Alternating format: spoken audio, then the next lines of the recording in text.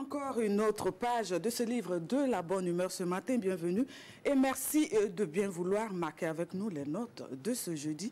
Et pour ce numéro, je vous invite à vous approprier cette citation d'Alexandre Loca qui dit que l'optimiste ne refuse jamais de voir le côté négatif des choses, mais il refuse tout simplement de s'y attarder. Eh bien, ne nous attardons pas ni sur les choses vaines, ni sur ceux qui ne nous font pas avancer. Saisissons à bras le corps justement les défis de ce jour afin de nous coucher avec beaucoup de satisfaction au bilan de cette journée ce soir. Alors pour notre part, nous, en tout cas, on va travailler encore avec grand plaisir à communier avec vous à travers justement ces moments d'échange, de partage ce matin. Et puis nous allons encore vous tirer vers le haut, comme toujours, et booster votre journée à travers justement une très bonne dose de bonne humeur. Comme nous aimons à vous les offrir, hein, cette bonne humeur et ces énergies, en tout cas, qui pullulent un petit peu sur ce plateau. En tout cas, mon binôme ne dira pas le contraire. Vous serez servi ce matin encore. Et forcément, cette bonne humeur, vous ne pouvez que l'avoir sur cette chaîne. Ramantou, bonjour. Bonjour. Ravi d'être encore avec toi ce matin pour ce moment de bonheur. Ah oui. Jusqu'à 9h. Jusqu'à 9h. Mais voilà. Temps universel. Tout à fait. Donc, bonjour à toutes et à tous. Ben oui, c'est avec beaucoup de gratitude envers le Tout-Puissant que nous vous retrouvons en cette matinée pleine d'espoir, car qui perd l'espérance perd tout. Dixit Eleanor Roosevelt. Alors, je vous souhaite une excellente journée. Ou, devais-je dire, un excellent début de journée. Voilà, donc, en tout cas, nous, on vous souhaite la bienvenue et merci de nous accueillir encore chez vous, à la maison. Et puis, au menu de ce jour, et bien tout à l'heure, nous allons encore travailler à vous simplifier la vie à travers ces petits trucs que nous vous offrons les matins. Bien sûr. Alors, on commande Moumouni Sepoua Koné et puis l'inspecteur Rock. C'est vrai que, oui, tout à fait. Oui, c'est important, ce monsieur. Oui, il nous apporte que de bonnes choses. Alors, nous aurons donc à Matou, encore ce matin, un numéro de cette rubrique pilotée par Jean-Roger Batiebo. Amato aime bien ce nom, hein, Batiebo. Cela, depuis fini. Plus de confusion. Plus de confusion. Batiebo, donc, il sera donc avec nous pour, voilà, non. Non, ça va être une rediffusion, mais c'est toujours la rubrique Dambé. Dambé, tout à fait. Alors, à vous la parole ce matin. Nous serons dans la cité du Verger à Orodara, dans le Kénédougou, pour échanger avec monsieur Aruna Traoré, dit le marcheur du Faso. Il est artiste, conteur, combattant de la paix et de la liberté pour certains, l'homme à la canne bleue pour d'autres. En tout cas, ce sera avec grand plaisir que nous allons vous permettre de découvrir ce monsieur-là à Fofo. Bon, en tout cas, on va l'accompagner, Ramatou, à bien marcher. Bien sûr. C'est du sport. Alors, un autre moment de détente pour vous, chers téléspectateurs, bien oui, c'est à travers cette rubrique aussi, animée par le jeune frère Ziediara. Eh bien, ce matin encore, nous ferons un petit tour quelque part ici à Ouagadougou, et c'est dans juste une trentaine de minutes. Et puis, ce matin, il sera également question de contribution foncière sur les propriétés bâties au développement de la commune. Et c'est avec donc monsieur... Ah oui, Jean-Paul Sorgo. Bien sûr. Voilà, il est psychologue, consultant de décentralisation et président de l'ADECOR. Ah oui, l'ADECOR, l'Association pour le développement des communes rurales. Il est toujours applaudi, ce monsieur? Ah oui. Quand il passe? Ah oui, toujours applaudi. Voilà, il fait un peu de lumière sur tout ce qui se passe voilà, au niveau décentralisé. Donc ça fait beaucoup de plaisir de pouvoir découvrir tout ça, de savoir que, en tout cas, il y a un travail de fond qui se fait au niveau des communes, des collectivités territoriales. Voilà. Alors, on a beaucoup appris, Ramatou, avec lui, on continue d'apprendre. Tout à fait. Et bien tout à l'heure, on se salue un tout petit peu à distance, pour dire voilà, que ce sont les consignes on tente de respecter, d'appliquer, parce que le nombre de cas de Covid-19, voilà, de coronavirus passe à 27 au Burkina. C'est voilà, et avec malheureusement un décès. C'est vrai. Et vraiment, ça devient encore plus inquiétant, voilà, cette situation. Et donc, je crois qu'il y a jusqu'à même 231 cas signalés, des personnes qui ont eu justement un contact avec des cas avérés. Voilà. Et donc, il y a lieu quand même qu'on essaie ensemble de respecter les consignes qui ont été données. Voilà, et question d'éviter de contaminer, de propager la maladie. Et même de booster ce virus. Ce virus hors même méchant du virus. Burkina. Ah oui, de le booter hors du Burkina. Ah oui, franchement. Voilà, c'est tout notre désir qu'il n'y ait plus de cas et que les cas qui ont été détectés, que toutes ces personnes puissent guérir justement de la maladie et puis qu'on puisse carrément s'en débarrasser. Donc, nous allons revenir sur ce dossier qui a été réalisé par Vincent Kenobero par rapport justement à ces consignes, le lavage des mains, l'utilisation du gel hydroalcoolique. Voilà, comment est-ce qu'il faut procéder pour le faire et le faire bien. Parce qu'il ne suffit pas de le faire, mais il faut le faire bien. Il faut savoir se laver les mains. Ramatou, voilà, l'eau et au savon. Oui, la situation le commande. On va donc inviter nos téléspectateurs à suivre vraiment, sérieusement, cet élément, parce que tout indiqué est appliqué. Une mesure à respecter pour prévenir le coronavirus ou Covid-19. Se laver les mains au savon ou se désinfecter avec du gel hydroalcoolique. La consigne est connue.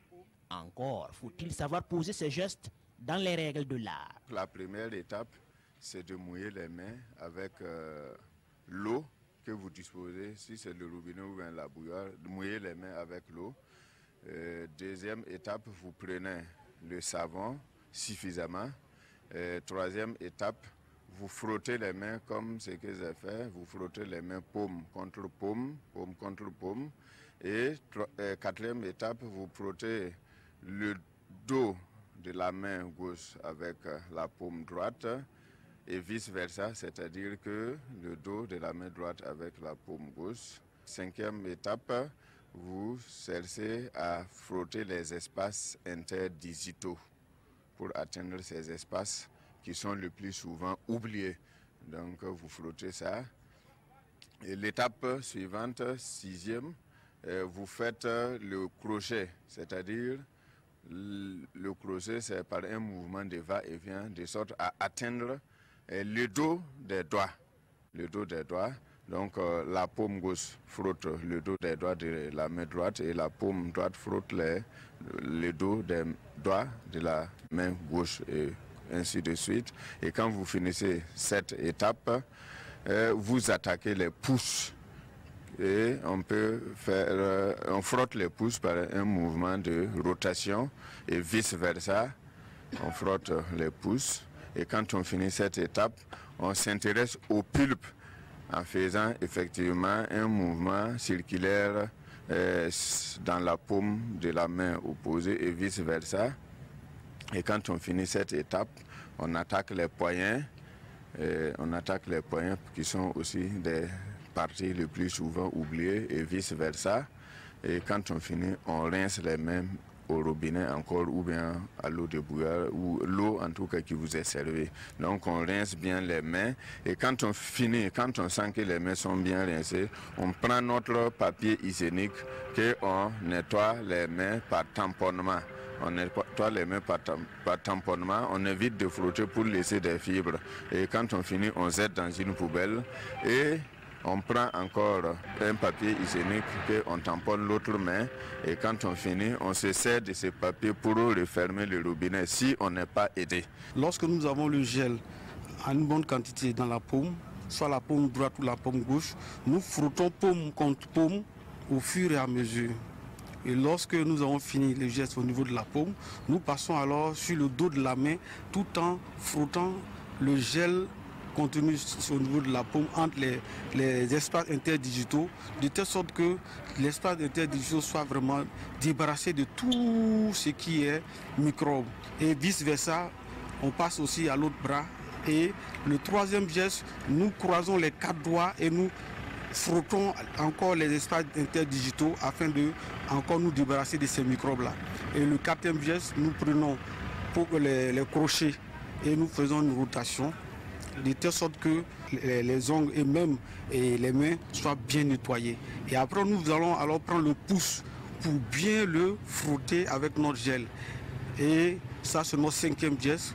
Et ensuite, le 6e geste, considérez alors à nettoyer sous les ongles tout en frottant avec un bon sens rotationnel de la main gauche et la main droite. De sorte que sous les ongles soient vraiment débarrassés de tout micro susceptible d'y être.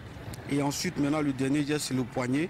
Et nous frottons le poignet de telle sorte qu'il soit aussi imbibé du gel hydroalcoolique. Ce geste se passe entre 20 et 30 secondes pour l'utilisation du gel hydroalcoolique. Des gestes qui permettent de se prémunir et de protéger les autres et qui doivent faire partie des réflexes de tout citoyen. Et concernant la polémique sur l'efficacité des gels hydroalcooliques, la direction de la protection de la santé de la population se veut rassurante. Lorsque vous prenez les inscriptions, on vous dit que ça nous débarrasse des bactéries à 99%. Et cela est vérifié, d'autant plus que lorsque nous recevons tout produit est alors testé au niveau du laboratoire national de santé publique. Et ce produit-là est remis au marché pour utilisation afin de pouvoir satisfaire la population. Et un bon usage de ce gel-là n'a vraiment pas de problème. Ce qu'il faut donc retenir, c'est qu'un bon lavage des mains dure entre 40 secondes et 1 minute. À la maison ou au service, il faut donc prendre le temps de bien poser le geste pour être sûr de son efficacité. Donc bien poser le geste pour être sûr de son efficacité et désormais ça devrait être un réflexe pour tous les Burkinabés, tous les citoyens burkinabés, parce que déjà le gouvernement fait sa part et la communauté religieuse également, les communautés religieuses également sont en train de travailler justement à stopper justement la propagation de cette maladie et donc d'où la décision de la conférence épiscopale Burkina-Niger. Oui. En tout cas... Décision que nous saluons d'ailleurs. Voilà, que nous saluons et nous espérons que les populations vont adhérer et suivre afin justement de faire en sorte que cette maladie soit boutée hors de notre pays, de nos frontières. Oui, bien sûr. Cela va de soi, avec l'arrêt des activités sportives et culturelles. Voilà. Je crois que et ça a un coût sur les activités, sur l'économie également du pays. C'est très important. Donc faisons vraiment attention. Hein. Alors, Ramato, tu te souviens, nous avions parlé au moment des fourmis, là, ces grosses fourmis rouges qui salissent le plus souvent qui s'invitent notre sucre. Sans pour autant être invités. Ben oui, mais il y a aussi ces petits rongeurs-là qui dérangent tellement. Ah oui, ces souris, méchantes souris, j'ai envie de dire. Vraiment dans nos maisons qui nous créent des soucis. Tout à fait. Et on veut s'en débarrasser. Ah oui. Mais comment faire? Comment faire? Alors heureusement ce matin nous avons quelques petites astuces pour vous aider, chers téléspectateurs. Déjà ce qu'il faut retenir, c'est que les souris, elles viennent chez vous parce que elles ont faim. Elles viennent dans nos maisons, si tu veux, parce que bon, elles cherchent à manger, elles ont faim. Elles sont attirées par quelque chose. Elles sont attirées justement par ces odeurs aussi attirantes de nos plats. Et donc si nous gardons, comme tu vois, cette souris-là, on sent qu'elle est en train de chercher là déjà, parce qu'elles ont un odorat faim. Elle a senti une odeur quelque part. Tout à fait. Donc si nous gardons, nous ne protégeons pas notre nourriture, les marmites et autres casséroles ouvertes, nos plats, tout ouvert, forcément, les souris vont envahir nos maisons. Elles peuvent se retrouver dans votre chambre. Et surtout, je ne sais pas si Ramato a déjà fait le constat. Alors, ces souris, pendant que vous êtes chez vous, tranquillement assis avec vos invités, mais imagine-toi. Elles vous narguent, je te dis. Elles vont venir comme si elles venaient aussi faire un coucou. Salut, bonjour les invités. Quelle affaire? Je suis là en tout cas. Si vous avez besoin de moi, dites-moi. Bon, en ce moment, tu regardes, tu dis, bon, regarde, qu'est-ce que vous cherchez ici? Je suis parti dans mon trou. donc il faut faire attention. Déjà, c'est ce que je tenais donc à dire. Il faut nettoyer correctement la cuisine, en tout cas nos maisons. C'est très important. Et aussi éloigner vos poubelles, pratiquement, quoi. Il faut, même si possible, les mettre carrément dehors, devant la porte. Voilà. Mais il y a aussi ces huiles essentielles qui peuvent aider à chasser ces rongeurs, parce qu'elles n'aiment pas l'odeur. On a ces images donc de la pointe, du moins la poivre, la menthe poivrée. Voilà. Et on a aussi. Il allait dire la poivre mentée. C'est plutôt la menthe poivrée. Et là, mon cher Roch allait m'attendre à la sortie. Alors donc on a aussi justement donc c'est les huiles essentielles. de la menthe poivrée, la menthe poivrée qui a encore un souci. Donc il y a aussi l'eucalyptus et les feuilles de laurier que tu aimes bien, que tu utilises aussi dans tes sauces. Tout à fait. Mais voilà, donc on va donc... Ça veut dire qu'on a tout ce qu'il faut à notre portée. Ah oui. On n'a peut-être pas la bonne information. Voilà, pour chasser donc ces rongeurs. Donc on va tout simplement imbiber chercher du coton en tout cas, de gros morceaux, les imbiber de ces huiles-là. Il est placé donc au niveau des différents endroits de passage de ces souris, ou carrément donc au niveau même des entrées, là, des trous, parce que le plus souvent on sait, puisque quand rapidement vous voyez une souris, on voit une souris tout de suite passer, et qu'on essaie de la pousser, même si c'est pas évident, parce qu'elles sont tellement rapides, on sait où elles vont aller. Clair. Voilà. Oui. Il faut les dénicher là-bas. Donc voilà, donc c'est l'astuce justement, c'est de placer justement ce coton-là, ces différents morceaux de coton, donc au niveau des différents passages des souris et aussi donc au niveau juste des trous, parce que l'odeur va donc les chasser. Alors pour ceux aussi qui veulent, il y a aussi le piège à souris. Oui. Voilà, qu'on peut facilement voir au niveau de laurier. Oui, là, il faut carrément écraser donc les feuilles. Voilà, juste passer juste un peu. Obtenir une poudre. Tout à fait. Voilà, et si possible, passer juste quelques petites gouttes d'eau, légèrement. Ben, je ne vous dis pas de diverser un verre d'eau ou un demi-verre. juste quelques petites gouttes. Et c'est pratiquement aussi le même processus.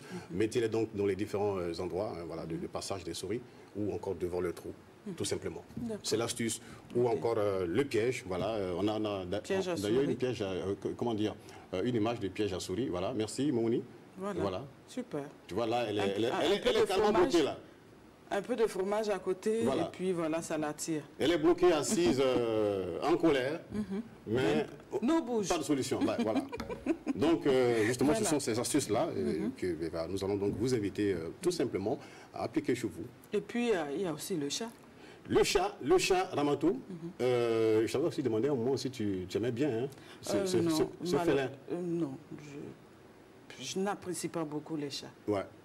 Le chat, ben, c'est vrai qu'il y en a aussi qui... C'est un gros souci, pas facile vraiment. Donc, je préfère les autres astuces. Plutôt que le chat. Ben d'accord. Les huiles essentielles. Oui, je suis en train de me rappeler. Et à l'époque, je pense que je t'avais dit que non, Ramoto, j'allais t'envoyer un chat. Et j'avais refusé. Ah oui, tout à fait. Donc, ben, si vous aimez, vous avez un amour pour cet animal, ce félin, ben, voilà, il suffit de l'adopter. Tout simplement. Et puis, il n'y aura plus de souris chez vous. Quand une souris va attendre le miaulement, juste le miaou. Il disparaît. Voilà. Carrément. Comme Cathy, on le dit, il y a longtemps, elle est partie. Oui. Alors donc, moi j'aimerais revenir et insister justement sur cette partie, voilà, ne pas laisser les restes de nourriture, parce qu'on a cette fâcheuse habitude-là de le faire. Les restes de nourriture, c'est le b.a.-ba, justement pour éviter les souris. Donc il faut nettoyer de fond en comble justement la maison, et puis voilà, essayer justement de fermer hermétiquement les différents bocaux qu'on a, la farine, les biscuits, les pâtes, le riz. Voilà, c'est ceux qui... Les souris les affectionnent, donc il faut veiller justement à couvrir, à fermer hermétiquement pour éviter justement que ces souris-là puissent justement s'inviter chez vous à la maison. Même quand Ramatou, c'est une boîte de sardines vide, attention. On n'a qu'à l'intérieur que de l'huile. Que de l'huile. Mais elles vont venir. Clair. Donc il faut faire attention, vraiment. Il y a aussi, voilà, le fait de vider les poubelles, il faut le faire régulièrement. On insiste là-dessus. Il faut le faire régulièrement pour éviter justement que ça attire les rongeurs. On peut le faire chaque soir. Voilà. On a une grosse poubelle dehors. Et donc chaque soir, il faut ressortir justement les poubelles, les petites poubelles qu'on a à la maison.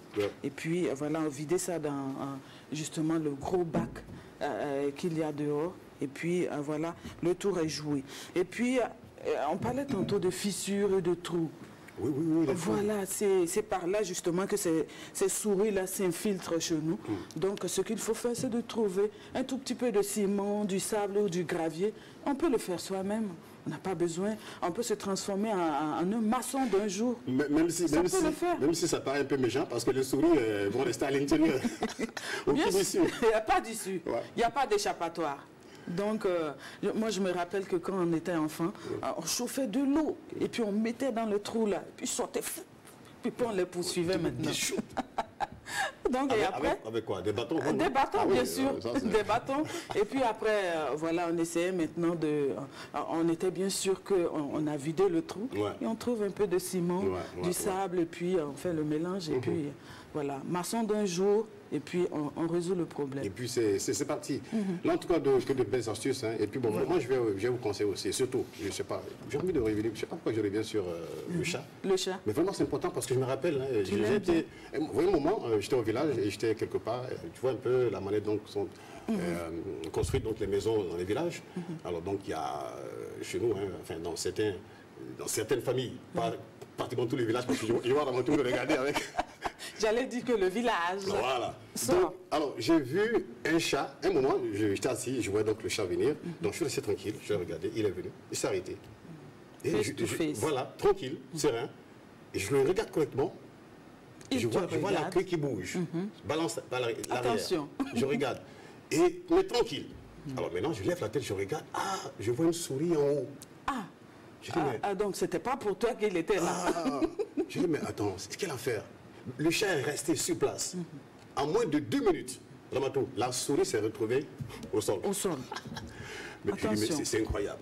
C'est un grand chasseur. Il est resté là et hypnotisé justement cette souris. Cette souris. Qui est tombée. Parce que puisqu'elles ont peur, les souris, tellement peur des chats. Oui.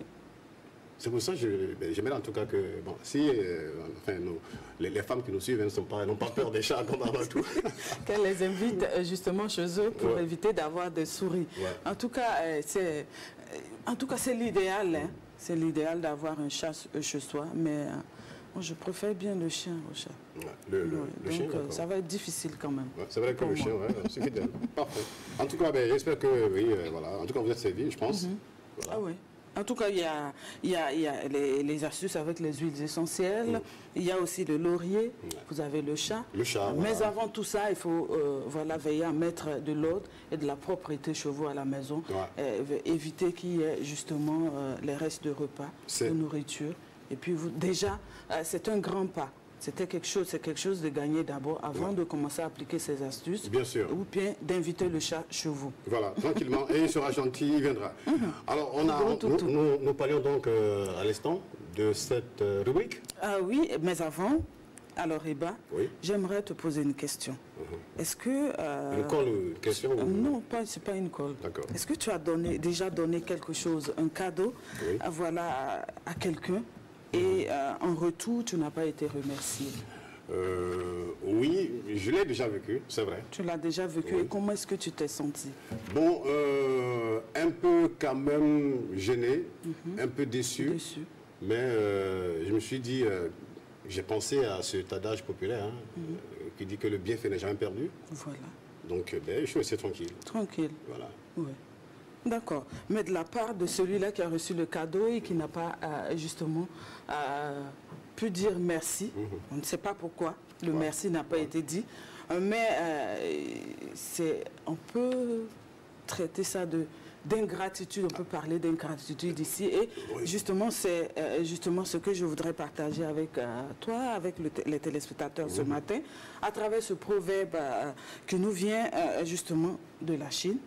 Alors, ne porte pas la hache au pied de l'arbre qui t'a abrité pendant l'orage.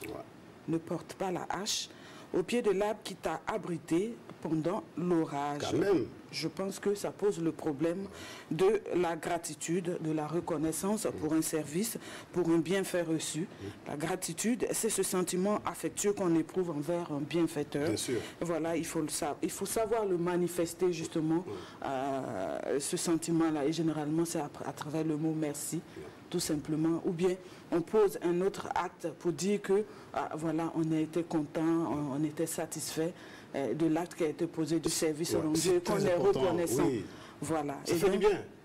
Voilà. Il ne faut pas rendre justement le bienfait par une mauvaise action. Voilà. C'est un manquement grave au devoir de reconnaissance. Et c'est comme si on n'appréciait pas ou on ne valorise pas ce qui nous a été donné. Et ça peut être interprété autrement. Donc, une façon pour moi d'inviter les uns et les autres à être toujours reconnaissants, à montrer de la gratitude. Oui. Le fait même de se réveiller le matin déjà, très tôt le matin quand on se lève, la première des choses c'est de dire merci. Merci à Dieu, merci Seigneur. Voilà pour ce nouveau jour que tu m'offres. C'est un acte de reconnaissance. Voilà, un acte de gratitude. Voilà. À plus forte raison quand c'est entre nous, c'est autrui qui pose vraiment une action. Voilà, qui nous fait du bien. Ouais. Donc, il y a lieu quand même d'être reconnaissant. Alors, c'est vrai, ça me fait aussi penser à une histoire. Tu le sais, dans notre culture, quand le monsieur il rentre à la maison, soit à midi ou le soir, qu'est-ce que madame fait? Bon, d'ailleurs, oui, c'est bonne arrivée, voilà, avec de belles paroles. Et ensuite, elle va lui apporter à manger. Avec un bouquet de paroles. Ah oui, voilà. Alors, il y a un monsieur, une fois, qui m'a dit, écoute, mais moi, je comprends. Il y a une chose que je n'arrive pas à comprendre. J'ai dit, mais quelle est cette chose? Il dit, mais ma femme veut que je lui dise merci. Ah, il a du mal à dire merci. Vient, oui, lorsqu'elle me sert, donc elle apporte le repas, elle le pose sur la table, elle attend un petit merci. Mais c'est normal quand même. Oui. Mais lui, bon, n'ayant pas justement cette culture, cette habitude, voilà, c'est un peu difficile pour lui, il n'arrive pas à le faire. Je lui ai dit, essaie, voilà. Même si tout de suite n'arrive pas à le faire, dès qu'elle pose l'acte, ok, tu peux le faire après, tu rattrapes. Après avoir mangé, voilà, madame, le plat était délicieux, c'était super, vraiment, grand merci. Et je pense peut-être que psychologiquement, ça peut, je sais pas, moralement en tout cas, ça peut... ça l'encourage, ça la galvanise à encore faire mieux. Voilà. Ça peut aider. Je pense que c'est tout ce qu'elle désire, être de la reconnaissance, de la gratitude. Voilà pour ces actes qu'elle pose à l'endroit de son époux. C'est très important. Normal. C'est important. Et, parce que la reconnaissance est tellement importante dans la vie avant tout, qu'elle est indispensable à l'égard de ceux qui nous aident à réaliser, j'ai envie de dire, nos objectifs. Nos objectifs, voilà, c'est ça. Et ça me fait aussi penser à un autre adage de ce monsieur avec qui on a échangé hier, de Élie. Voilà, de Koudougou. Si la mouche ne rend pas grâce aux lépreux, elle ne rendra grâce à personne. À personne. Ah oui. Donc c'est vraiment important. C'est important. Voilà, le petit merci. Et donc, merci à vous, Moumouni Sepa Kone, et à l'inspecteur Rock, et à toute l'équipe avec la Bembambayu et la Gérahu aux commandes des caméras. Gérard, je ne sais pas, je suis arrivé, je l'ai trouvé un peu assez timide, mais Gérard, je venais à peine d'arriver. Il fallait se réveiller avec un petit thé. Prends un petit thé bien chaud et puis bon, voilà. Voilà, donc il faut savoir être reconnaissant pour les petites choses de la vie et ça nous rend heureux. Voilà, ça peut donner de la joie dans le travail au quotidien, donner du sens et de la clarté au chaos qu'on traverse, voilà, et transformer l'angoisse de l'incertitude en bienfait ou apporter de la sérénité à votre journée qui avait pourtant mal commencé. Et donc, plus vous êtes reconnaissant, plus vous attirez de bonnes choses autour de vous. Ah oui. Et donc, voilà, je pense qu'il y a lieu quand même de l'être. Voilà. Parce qu'on dit que celui qui est reconnaissant est qualifié pour le prochain miracle. Ah oui. Et donc, vraiment tout merci, puisque... Interdiction de se saluer. Interdiction, on va le faire comme ça. Comme ça? Non. Ah d'accord. Voilà. Merci. Désormais c'est comme ça. Merci pour cette chaleur. On va le faire, voilà, avec les pieds. Quelle affaire? On y va? Bon voilà. D'accord. Nos pieds sont, même si on ne les voit pas. Même si on ne les voit pas. Super. Voilà. Comme le fait Jackie Elfeno et son équipe à l'apéro. Pourquoi pas, pourquoi pas. Mais en tout cas, merci pour cette bonne humeur. Voilà, cette joie que tu me communiques chaque matin. C'est réciproque, parfait. Alors donc maintenant, on va faire un tour donc, à l'Est, retrouver M. Michel Kombari. Aujourd'hui, on va revenir sur un prénom, enfin, c'est un peu donc la culture, Gourmanché. Et c'est parti. Donner un prénom à quelqu'un signifie lui conférer une personnalité et une mission particulière. Le prénom est attribué au nouveau-né dans la société Gourmanché selon plusieurs raisons. Les premiers prénoms, nous prenons par exemple les prénoms circonstanciels. L'enfant est appelé du nom du jour de sa naissance, comme partout ailleurs en Afrique, que ce soit au Gourmou ou bien que ce soit en Afrique tout court. Par exemple, le lundi, les garçons n'ont pas de nom, mais les filles, on les appelle Tani ou Potani. Po c'est filles déjà. Tanituku, voilà. Le mardi, nous avons Talarga, Talari pour les garçons et pour les filles, Talari ou Talarpoa. Le mercredi, nous avons l'Alga, l'Alpoa, l'Alpoa, à l'Albou. Ce sont les noms pour le mercredi. Pour le jeudi, nous avons l'Amourga, l'Amouri pour les deux sexes, l'Amourpoura pour les filles. Le vendredi, nous avons Agima, Agimga et pour les garçons. Et pour les filles, nous avons Agimatuku ou Agimpoa. Et le samedi, nous avons Sibri, qui pour les deux sexes, Sibo, Siba, Possibo pour les filles. Maintenant, le dimanche, il y en a qui donnent le nom Ngadi, Ahadi ou Dimanche tout court. Voilà pour les noms circonstanciels concernant les jours de naissance de l'enfant. Je conseille aux enfants, à nos petits-enfants, et je conseille à leurs parents, les grands-mères et les tantes, de ne pas hésiter à attribuer un nom gourmandier à leurs petits-enfants. Parce que c'est notre identité. Il est temps que nos petits-enfants reviennent à la culture, pour revenir à la source. Parce que on ne peut pas tout abandonner. Il faut faire un choix. Et ce choix-là, c'est notre identité culturelle qu'il faut sauvegarder. Nous voilà donc de retour après justement ce petit cours avec le papa Kombari, Michel. Voilà, en tout cas, c'est un retour aux sources. Et nous disons merci déjà pour ces conseils, justement, à rester justement dans nos racines, à les valoriser. C'est très important. Voilà. Ouais. Et comme le disait M. Hillier, voilà, on ne peut pas abandonner justement notre culture. Il faudrait justement qu'on prenne des autres pour enrichir justement le nôtre, tout simplement. Et ces prénoms, surtout que du moins ils ont un grand sens. Un grand sens, donc voilà. C'est important. Donc, voilà. Comme ces prénoms ce matin qui ont rapport aux différents jours de la semaine. Tout à fait. Et donc c'est sûr que ceux-là qui portent ces noms-là, justement reflètent effectivement le sens de ces noms. Voilà. Si vous voyez le jour un lundi, il y a un prénom pour ça. Mardi, mercredi, ainsi de suite jusqu'à tous les jours de la semaine. Comme Adjima David Tombiano. Exactement. Que nous saluons au passage. Le grand frère. Voilà. Alors, donc, nous allons évoluer à présent et puis, peut-être, si nous avons en ligne Monsieur Aruna Traoré, depuis le Kénédougou. Plus connu sous le pseudonyme du marcheur. Du marcheur, voilà. Le marcheur. Le marcheur du Faso. Yeah. C'est un artiste conteur, voilà. Et certains... qui est déjà passé à mon tour sur notre plateau. Sur nos plateaux, il y a de cela quand même. Ouais, un peu plus de 5 ans. Voilà, je pense à la première saison. Exactement, oui. Voilà, et donc c'est une façon pour nous de renouer avec lui. Tout à fait. Voilà, pour voir un peu comment les choses ont évolué avec lui. Bien qu'il soit à des centaines de kilomètres de Ouagadougou. Ah oui, depuis Orodara quand même. Hein. Voilà, la cité du Verger. Et puis pour certains, c'est un combattant de la paix et de la liberté. Et pour d'autres, l'homme à la canne bleue. Alors, si nous avons en ligne Monsieur Traoré, alors, bonjour. Est-ce qu'il est là, notre marcheur est là? Est-ce qu'il est là, notre marcheur?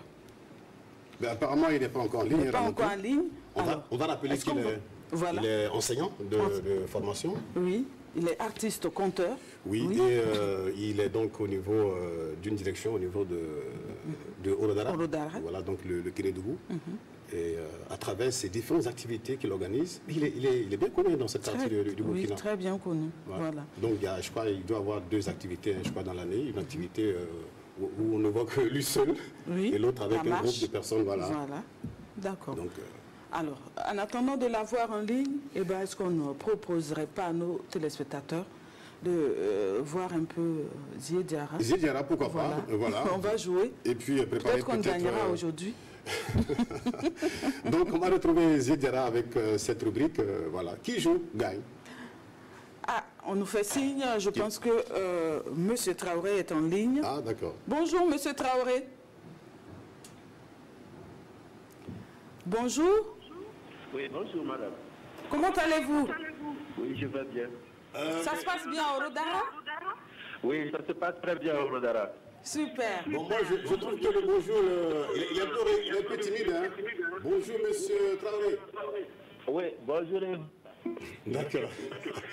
Vous faites un bon réveil, j'espère. Oui, très bon réveil. D'accord. Ok, super. Alors, monsieur Traoré. Oui. 2 500 000 pas jusqu'à Manéga. Si on n'avait pas vu justement, on ne vous avait pas vu à l'œuvre, on se demanderait si un tel projet était réalisable. Alors dites-nous, comment est-ce que c'est arrivé, cette idée de la marche, l'initiative de marcher jusqu'à Manéga?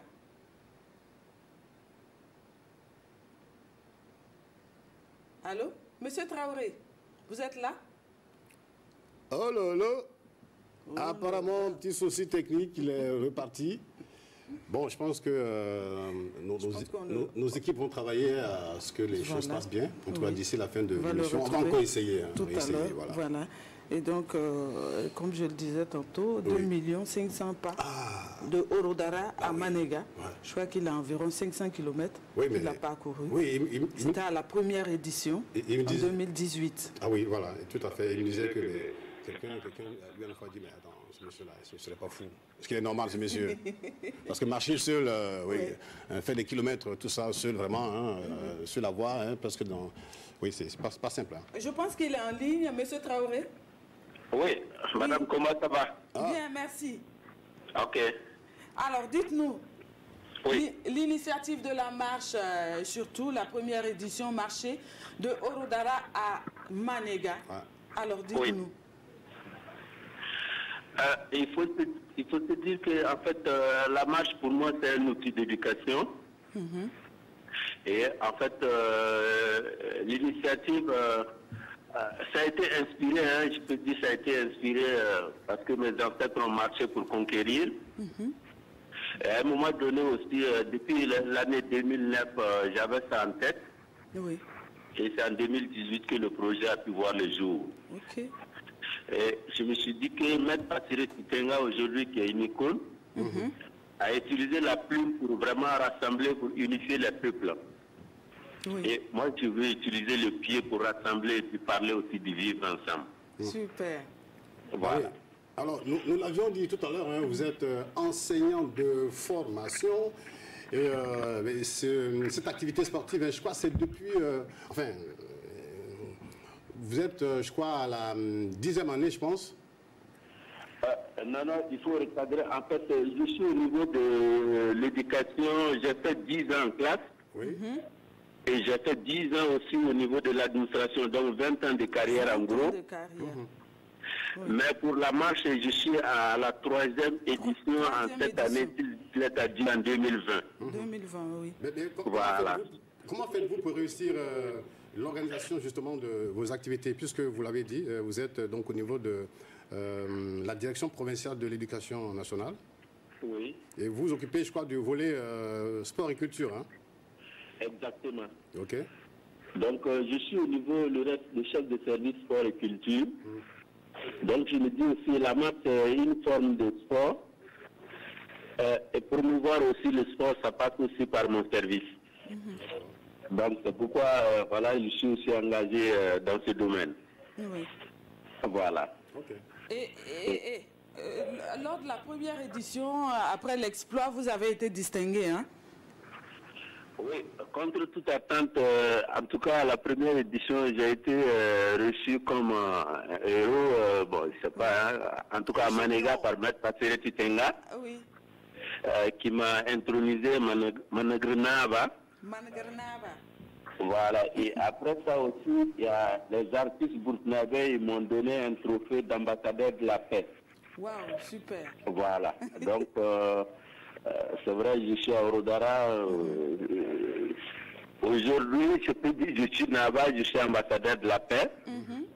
Et tout ce que le chapeau que je peux porter, le message que je peux porter, ce ne peut qu'être un message d'unification, d'unificateur, un message de tolérance autour de moi. Et comment ça se passe pendant le périple? Comment ça se passe lorsque vous quittez justement un point? Je pense que généralement c'est Orodara pour un autre point. Et l'année dernière, vous avez parcouru jusqu'à 3 pays. Oui, en fait, ça se passe de façon très difficilement, madame. Oui. Parce que peut-être qu'on va en arriver là-bas. Il y a des moments de dur en 2018, les premiers sont mentir. Oui. Parce qu'on m'a fait dormir là où les chèvres passent leur nuit. Donc, des fois aussi, c'est compliqué. Quelle affaire avec les moustiques un peu partout? Je dis avec certainement des moustiques un peu partout. Voilà, les moustiques et puis les odeurs. Bien sûr, avec des cabris, ce n'est pas évident. Voilà. Ça veut dire qu'on n'est pas un peu hospitalier, sinon quand même, faire dormir un être humain avec... voilà. Non, c'est pas le fait de ne pas être hospitalier. En fait, moi, je suis sorti pour mieux connaître l'homme. Ok. C'est ça que je dis dans mes messages, je vais apprendre de l'homme, de moi et de la nature. Ok. Voilà, donc en fait, quand on ne se connaît pas trop, on met une distance entre nous. Oui. Là où on m'a dit, chaque fois, mon frère, comment ça va? Est-ce que... Donc, vous voyez? Voilà. Donc, ça fait que... Allô? Allô? On vous écoute. Voilà, donc je dis, donc ça fait qu'aujourd'hui, tout ce qui m'a accueilli froidement, je ne pense pas que c'est mauvais en soi. Ok. Voilà, tout a été formateur pour moi, tout a été éducatif pour moi. Donc ça vous permet de connaître toutes les facettes de l'homme? Un peu, on ne peut pas tout connaître, un peu. Oui. Alors, voilà. Concrètement, pour vos marches, hein, surtout lorsque vous êtes seul, pour une distance, Ramanto vient de le dire tout à l'heure, je ne sais pas... L'année dernière, il a fait près de 800 km. Ben voilà, prenons juste pour peut-être 100 km. Est-ce que vous avez une escorte? Est-ce qu'il y a une équipe qui vous suit? Non, pas tellement comme ça. Pour les 3 pays, le Burkina, la Côte d'Ivoire, le Mali, j'étais avec un jeune marcheur, Diabaté Lassina. Et on avait un facilitateur, lui, il était avec une moto, il avait ramassé nos sacs, nos bagages. Voilà, lui, il facilitait la marche, et là où on doit dormir, qu'est-ce qu'on doit manger. Donc lui, il nous accompagnait par rapport à ça. Sinon, parler d'escorte, de sécurité, non, on n'en a pas eu. Parce que partout là où on a demandé d'être accompagné, les portes sont restées fermées. Voilà. donc, à dehors de ça, vous n'avez pas d'autre accompagnement que des gens de bonne volonté qui décident de vous accompagner à travers du matériel ou des finances? Non, non. Peut-être qu'à travers cette émission de RTV Matin, les bonnes volontés vont se manifester. Certainement. Sinon, à la fin, avant d'entreprendre la marche dans les 3 pays, j'ai fait une phase de prospection. Oui. J'ai eu un grand frère au niveau de UAB. Bon, excusez-moi, c'était la publicité, mais bon, c'est celui qui m'a accompagné. Voilà, le grand frère Traoré Ousmane, c'est lui qui m'a appuyé pour pouvoir faire la prospection en moto en juillet 2019. Voilà, et lors de la marche, il nous a donné des t-shirts UAB, si vous regardez sur les images. Et ça, c'est ça qui nous a sauvé sur le trajet, parce que quand on partait, on nous identifiait, on dit, ah, est-ce que ça là, c'est pas une société, est-ce que... Donc, du coup, ça fait qu'il y avait beaucoup de la tolérance, beaucoup de la compréhension. Voilà, donc on avait des casquettes, on avait des habits, voilà, donc ça nous permettait de traverser certaines localités sans trop de difficultés. Voilà. La prochaine édition, c'est pour quand? La prochaine édition, Inch'Allah, c'est toujours à mois d'août. Voilà, s'il plaît à Dieu, nous allons reprendre encore. Oui. Oui. Nous allons reprendre le même trajet Bobo Dioulasso Korogo, Korogo Sikasso Orodara. Parce qu'il y a des jeunes Ivoiriens, les jeunes Maliens qui sont prêts vraiment à se rallier à ce concept. Pour moi, c'est un concept d'éducation. Et aussi, derrière la chose, concept éducation, panafricanisme et bon, la spiritualité. Parce qu'un homme aujourd'hui sans spiritualité, il faut savoir que c'est un homme qui est perdu. Voilà. Donc, on est en train de, en tout cas, voir dans quelle mesure on va pouvoir étendre la chose dans les 3 pays, dans cet espace Sikasso Korogo Bobo. Voilà. Certains voient en vous un guide, je ne sais pas, c'est un guide spirituel ou à l'image du Dalai Lama ou de Gandhi. Oui, Ramatou, je suis un aspirant, je voudrais être demain un guide. Mais tant que un guide ne sort pas et ne souffre pas, tu ne peux pas être un bon guide. Donc vraiment, si Dieu me donne longue vie, demain je voudrais être un guide. C'est pourquoi je sors pour apprendre. Et surtout, pour chaque marche, je pense qu'il y a un message derrière. Il y a toujours un thème. Oui, chaque marche, il y a un thème. En 2018, c'était placé sous le respect de l'autorité du sacré. Voilà, le papa, il est sacré, le papa, c'est l'autorité. L'État est sacré, l'État, c'est l'autorité. La vieille personne est sacrée, c'est une autorité. Donc voilà un peu les messages que j'ai véhiculés de Orodara à Manéga en 2018. Et en 2019, j'avais 10 messages. Voilà, chacun des messages a trait soit au vivre ensemble, soit à l'environnement, soit à l'interpellation de la jeunesse africaine. Voilà, comment faire en sorte que nous puissions vivre mieux. Aujourd'hui, l'environnement est en danger. Quand je suis arrivé, par exemple, auprès de Tolé Sagnon, Sa Majesté, chef de canton de Karabourula, quand j'ai tiré le message sur l'environnement, il a soupiré d'abord. Il dit, ah, mon fils, je ne sais pas ce qui t'a inspiré, mais voilà mon problème aujourd'hui dans mon canton. Et arrivé à Nyanyoloko, c'est la même chose avec le chef de canton. À Korogo, c'est la même chose. Et à Sikasso aussi, je pense que là-bas, c'était vraiment... il y avait une trentaine de radios, 2 télévisions. Le maire de Sikasso a marché avec nous 2 kilomètres aller-retour sur le gouvernorat. Donc, vraiment, ça a été une grande chose, une grande école pour moi.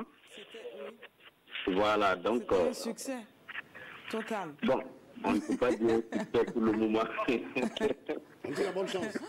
En tout cas, merci à vous, M. Traoré. Oui. On a été ravis de pouvoir échanger avec vous sur notre plateau et en direct. Avant de vous laisser votre micro, Ramatou, j'allais vous dire qu'il y a, en comme perspective, c'est vrai, il y a la marche en août 2018. Oui. Mais je suis en train de préparer 3 bouquins. Un livre sur comment marcher. Oui. Un livre sur les dessous de la marche. Sinon, sans vous mentir, il y a beaucoup d'anecdotes derrière la chose. Et un autre livre, le code de la vie. Ça, c'est carrément un secret pour moi, ma famille. Voilà, beaucoup de choses que j'ai vues, beaucoup de chansons que Dieu m'a inspirées au cours de la marche. Ok, super. J'ai déjà déposé un recueil de 20 poèmes à BBDA. Ok. Bravo. Et bon, l'album, c'est soit en fin mars ou bien en fin avril, si ça ne peut pas coronavirus. Ok. À l'occasion, on vous recevra sur ce plateau. En tout cas. Voilà, pour en parler de vive voix. Merci bien, Ramatou. Merci, et puis un coucou à toute la population de Orodara. Merci. En tout cas, bravo encore pour ce que vous faites. Merci à vous, merci à toute l'équipe, merci à la RTB. Merci. Que la paix règne doucement parce qu'en Afrique. Merci. Alors donc, c'était donc, voilà, notre marcheur. des échanges avec monsieur Aruna Traoré, le marcheur du Faso. Bien sûr. Voilà, donc... On va, je pense, à présent, donc, permettre à Zélia de nous offrir un numéro de ce jeu-là. Qui joue, gagne. Maintenant.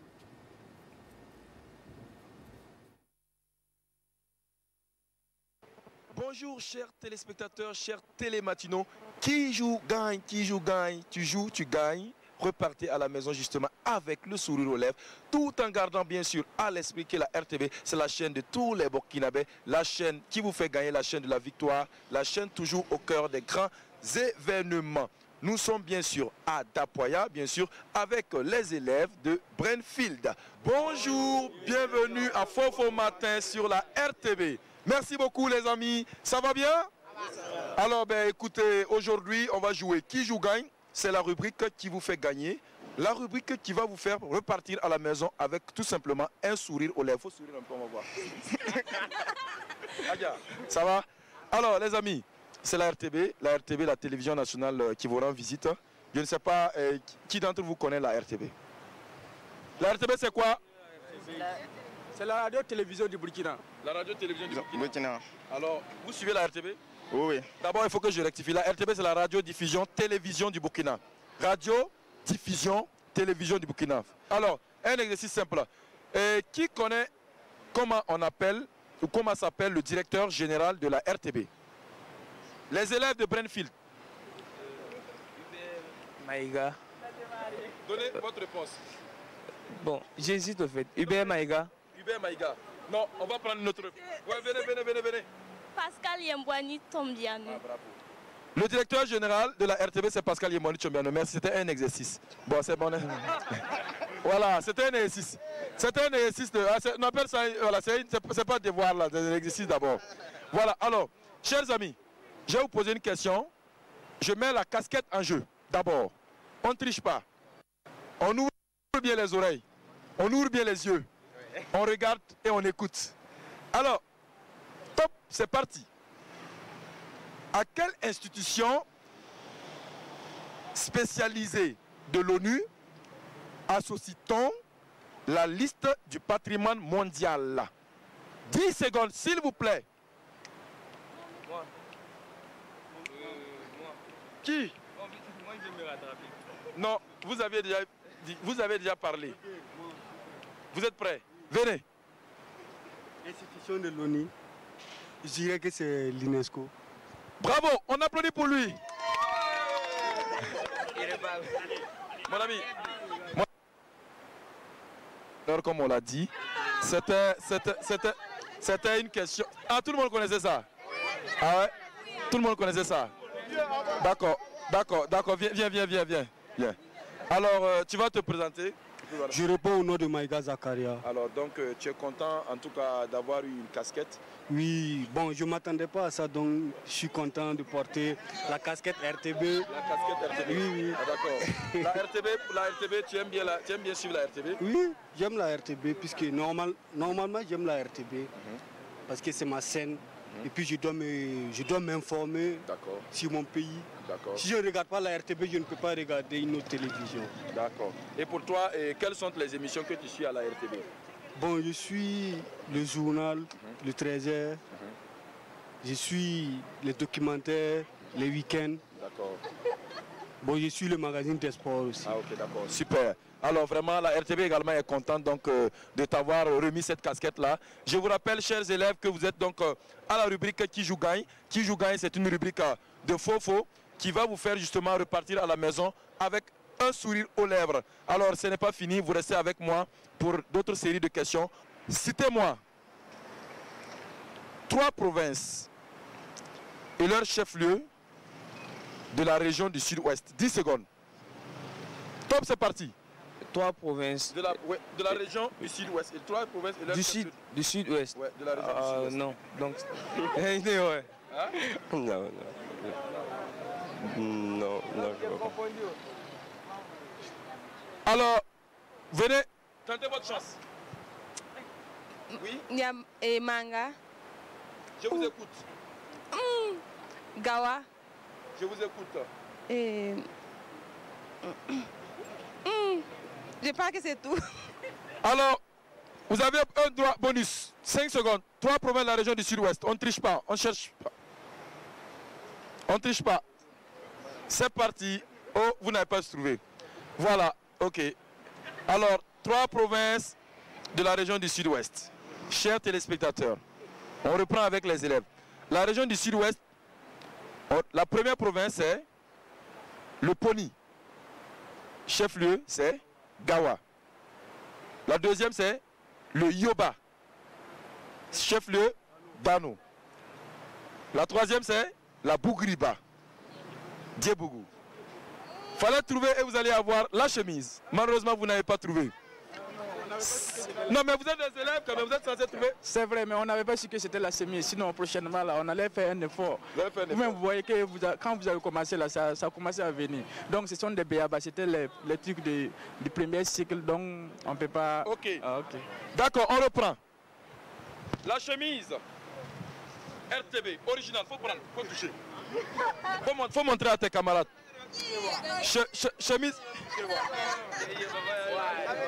Chemise RTB, original.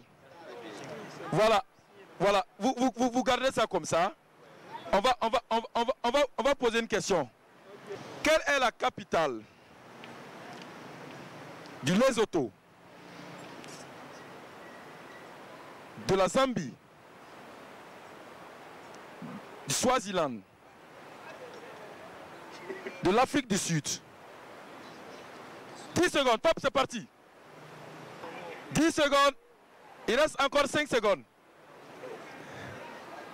D'accord, viens essayer. Qui va essayer? Qui va se jeter à la mer? Viens. 5 secondes. Alors? Oui. Alors? Et la capitale de l'Afrique du Sud, c'est Pretoria. La capitale de Lesotho, c'est Maputo. Et la capitale de... Quel est le dernier pays? Mozambique. Zambie, c'est... Oh putain, j'ai oublié. Oh là là. Oh, il dit oh, il a oublié. Alors, mon cher ami, viens. Chers élèves, la capitale du Lesotho, c'est Maseru. Maseru. Tu as dit Maputo. Maputo, c'est la capitale du Mozambique. Mozambique, c'est Maputo. La capitale de la Zambie, c'est Lusaka. Tu connais? Tu vois? Et la capitale de l'Afrique du Sud, c'est Pretoria. Voilà. Donc, vous voyez? Mais on va, mais mon ami, non, mais on va t'encourager avec un stylo. Faut venir.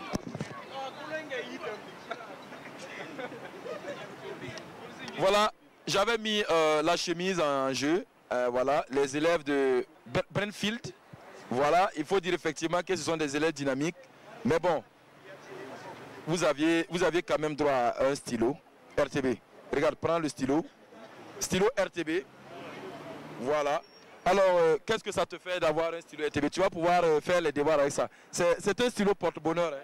Ah, pas de problème. Donc, merci beaucoup pour moi, qui est en même temps en classe d'examen, le bac cette année. Donc, si... Tu vas garder ça pour le bac? Oui, je vais garder ça pour... Ah, mais quand même pour le bac, mais pour faire des exercices. Ouais, je dis merci beaucoup à la RTB. Merci beaucoup à vous tous. D'accord, merci beaucoup.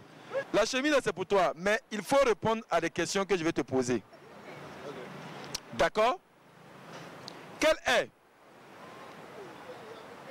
la capitale de l'Ouganda, le Burundi, du Kenya et du Malawi? 20 secondes. Tu avais dit 10 secondes, c'est peu. 20 secondes. Non, c'est bien. Ah, c'est quoi? C'est bon. Tu vois la chemise là? Non, j'abandonne. Il a abandonné les gars. Il faut l'encourager, du bruit pour l'encourager. Ah, non mais... C'est les soldats. Je t'ajoute 20 secondes. Quelle est la capitale du Burundi, de l'Ouganda? Ah. Ok. Non, c'est passé. La capitale de l'Ouganda, c'est Kampala. La capitale du Malawi, c'est Lilongwe. Lilongwe. La capitale de Burundi, c'est Bujumbura. Chers téléspectateurs, chers télématinaux, nous sommes à la fin de cette belle partie de jeu. Reste connecté pour la suite. Avec sa chemise. Voilà. Faute d'avoir eu quelqu'un qui maîtrise, qui donne la bonne réponse. C'était chaud, hein. C'était vraiment chaud. Qui je gagne, c'est tous les matins, bien sûr, sur votre chaîne. Et Ramatou, qui je gagne encore ici, rapidement, 3 secondes, de quel rangeur avions-nous parlé ce matin? Ah non, qu'est-ce que je dois gagner? D'abord, il faut qu'il sache. Un t-shirt aussi. Un t-shirt? Non, 10 000. Mieux que ça. Un billet de 10 000. Ouais. Nous parlions de la souris. Bon, voilà. Donc, il vérifie cela après, Jean-Paul Sorgho. Voilà, donc, il est bien introduit, hein, M. Jean-Paul Sorgho. Il est des nôtres ce matin, nous le disions tantôt. Il est justement psychologue, consultant décentralisation et président de l'ADECOR. Oui, l'association donc pour le développement des communes rurales. Et ce matin, nous allons encore pouvoir échanger avec lui, parler de décentralisation. Bonjour, M. Sorgho. Bonjour Amatou, bonjour Eba. Il est là. Bonjour à tous les acteurs de la décentralisation, citoyens et citoyennes des communes et régions de notre pays. Et voilà. Et nous faisons un petit coucou à nos amis conseillers. Bonjour. Voilà, donc avec vous ce matin, c'est la contribution foncière sur les propriétés bâties au développement de la commune. Oui. Déjà, qu'est-ce qu'on doit entendre par justement toute cette expression, voilà, les propriétés bâties au développement de la commune. Oui, merci Ramatou. Effectivement, il faut dire aux télématinaux que nous sommes dans toujours la grande rubrique de ce que nous parlons des impôts locaux, des impôts et taxes pour les collectivités territoriales. Je vais juste faire un petit rappel, donnez-nous 2 minutes. Ça veut dire d'abord la définition du terme de l'impôt. Voilà, qu'est-ce que c'est? C'est le prélèvement obligatoire sans contrepartie directe de l'État pour financer ses dépenses. Et les taxes, on peut parler des taxes lorsqu'on parle des contreparties monétaires du service rendu par l'État ou la collectivité territoriale. Alors nous avons 6 impôts locaux dans le Code général des impôts qui sont reconnus. Je vais les citer rapidement. C'est la patente, c'est la contribution des micro-entreprises qui est l'ancien contribution du secteur informel. Voilà. La nouvelle appellation maintenant, c'est la contribution des moyennes entreprises. Nous avons la contribution foncière sur les propriétés bâties. C'est ce que nous allons parler aujourd'hui. Nous avons la contribution foncière pour les propriétés non bâties et nous avons la taxe de résidence. Ah oui, la fameuse taxe. Et la taxe sur les véhicules à moteur. Et là aussi, ceux qui en ont des véhicules à moteur, ça un peu, depuis mars on va s'acquitter. Donc, pour revenir justement sur cette terminologie-là, qu'est-ce que la contribution foncière pour les propriétés non bâties? Ça veut dire, nous parlons du territoire. Donc, sur un territoire, vous avez un certain nombre d'immeubles de construction qui sont réalisés. Voilà. Et sur ces constructions et ces immeubles, on prélève des impôts, un montant, pour contribuer au développement de la collectivité territoriale, pour permettre de viabiliser les voies, notamment la voirie, pour permettre d'améliorer le cadre de vie.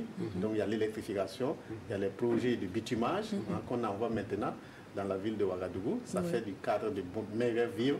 Et toutes ces contributions-là sont regroupées dans cet impôt-là que nous allons parler. Alors, ce prélèvement-là, il est mensuel ou annuel? Alors, le prélèvement, il est annuel. Il est annuel. Nous allons voir qu'une fois que vous le payez, vous êtes exempté pour l'année voilà, fiscale en cours. Donc, pour définir un peu quelles sont les propriétés imposables, vous avez les immeubles construits en maçonnerie, en fer. Donc, vous voyez, ce n'est pas en banco. Donc, on va parler aux non-lotis pour mettre ces impôts-là. Les gens des non-lotis, des grâces, ils sont exemptés. Donc, c'est aussi les immeubles et les terrains qui sont aménagés à usage d'habitation ou situés dans des zones aménagées. Et le troisième type, ce sont les terrains nus lorsqu'ils sont justement affectés à usage commercial ou industriel. On peut citer comme exemple les chantiers, les grands chantiers.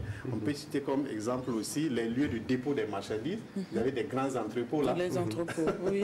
Que ce soit des poissons, des grands magasins. Voilà, on a l'exemple de la ZAR. Les caves, tout ça. Exactement, les caves, etc. Et vous avez aussi les immeubles qui sont des emplacements pour les dépôts de marchandises ou à usage particulier.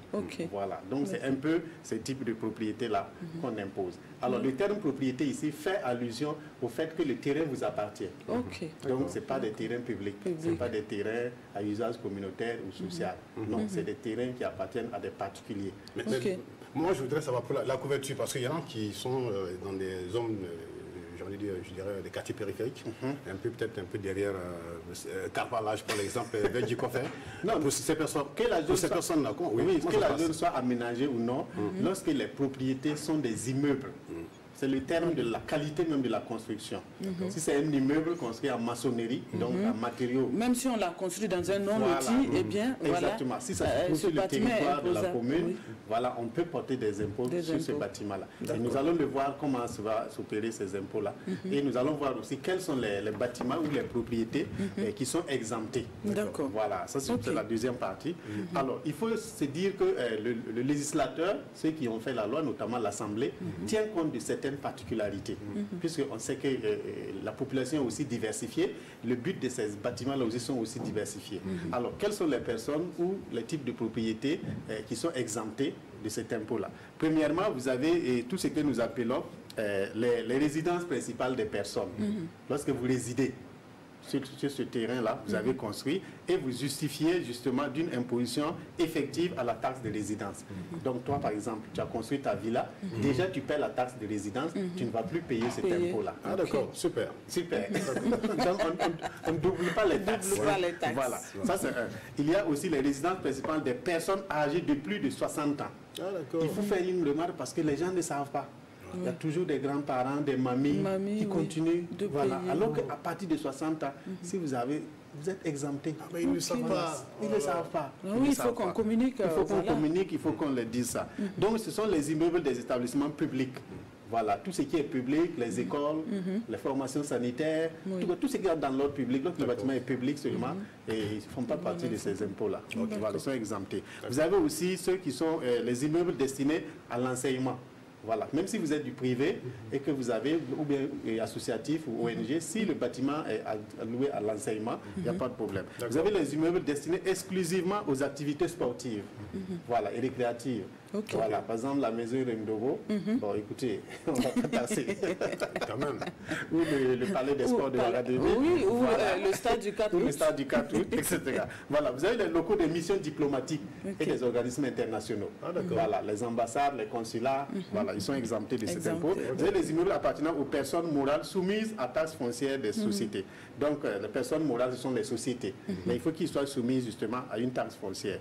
Les immeubles appartenant à des associations reconnues d'utilité publique. Ah d'accord. Voilà. Lorsque ce que vous faites dans ces bâtiments-là est reconnu par l'État, vous apportez une contribution énorme au développement de la localité ou des personnes handicapées. En tout cas, pour une cause bien reconnue que l'État vous reconnaît justement, que vous êtes une association d'utilité publique, il n'y a pas de problème. Vous avez les immeubles appartenant à des sociétés immobilières destinées à la vente. Voilà. Actuellement, il y a un boom de l'immobilier dans toutes les villes du Burkina. Voilà. Lorsque les bâtiments qu'on construit, quand tu vas payer ta villa, tu sais que l'agence qui l'a construit va la vendre, on ne met pas la taxe là-dessus. On ne met pas cette taxe foncière là-dessus. Et pourquoi? Voilà. Ben, puisqu'ils vont payer, eux, d'autres taxes. On verra bientôt. D'accord. Voilà. Et ensuite, nous allons aussi les immeubles appartenant aux organismes confessionnels ou aux associations culturelles. Les églises, les temples, les mosquées, voilà, et ils ne payent pas. Voilà. Super. C'est ça. C'est de bonne guerre. Voilà. Alors, on va terminer rapidement parce qu'on nous a fait signe. Il reste 4 minutes. D'accord, c'est intéressant. On nous accorde encore 4 minutes. Il n'y a pas de problème. Donc, c'est qu'on va parler, c'est la base justement imposable. C'est ce qu'Eva demandait. Voilà, comment on fait cette base-là. Et le taux d'imposition. Selon l'article 275 du Code général des impôts, la base imposable, c'est la valeur des constructions telles que déclarées par le propriétaire. Ah, là aussi, il y a un hic. Parce que je peux faire une réalisation d'1 milliard et puis je déclare que c'est 100 millions. 100 millions. Vous voyez, et ça, c'est de la fraude fiscale. Et c'est puni par la loi. Je me construis une villa, 3 chambres salon, ou R+, et je dis que c'est chambre salon. Au village, le monsieur va lui dire qu'il a construit, la maison était construite à 1 milliard. Oui, justement. Donc, c'est ça aussi qu'il faut sensibiliser les citoyens. Parce que quand vous faites cela, c'est puni par la loi. Vous êtes un fraudeur, vous n'êtes pas un bon citoyen. Parce qu'il y a quand même une structure. On peut contrôler, on peut aller voir. On va sur le terrain pour faire le constat. Et là, vous faites un redressement fiscal. Et souvent, c'est salé. Parce que c'est que vous avez gagné depuis des années. Je continue rapidement. Alors, le taux le taux d'imposition rapidement, c'est que pour les immeubles à usage d'habitation, comme on l'a dit tout récemment, c'est 0,1% de cette valeur que vous aurez déclarée. Donc c'est vraiment... Voilà, soyons honnêtes, soyons rigoureux, soyons... C'est pas clean, beaucoup. C'est pas beaucoup. Pour les autres immeubles à usage autre que d'habitation, donc ce qu'on avait vu là, les entrepôts, les usines et autres là, voilà, c'est un peu 0,2%. D'accord. Voilà. On vous demande. Selon l'article 267 du Code général des impôts, ce sont ces taux-là qui sont appliqués. Chaque année. Voilà, chaque année. Donc c'est quand même une contribution, comme on dit, foncière, voilà, sur les propriétés bâties. D'accord. Voilà. Prochainement, nous verrons sur les propriétés non bâties. Voilà, on va voir cela. Alors nous rappelons que toutes ces sommes-là sont collectées au profit du développement des collectivités territoriales. C'est des impôts locaux. Vraiment, il faut que les uns et les autres, s'ils veulent que la commune se développe, que la région se développe, il faut déclarer ces impôts, il faut les payer aussi. Voilà, merci. D'accord. En tout cas, merci à vous, monsieur Jean-Paul Sorgho, de nous avoir rappelé à l'ordre ce matin encore, attirer notre attention. Voilà, 0,1%, normalement, ça doit être gérable. Si on a pu faire un R+, normalement, donc, surtout pour la cause de sa commune ou de sa région. Quand même, mon frère. Vous faites un secret fort. Ah oui. En tout cas, merci.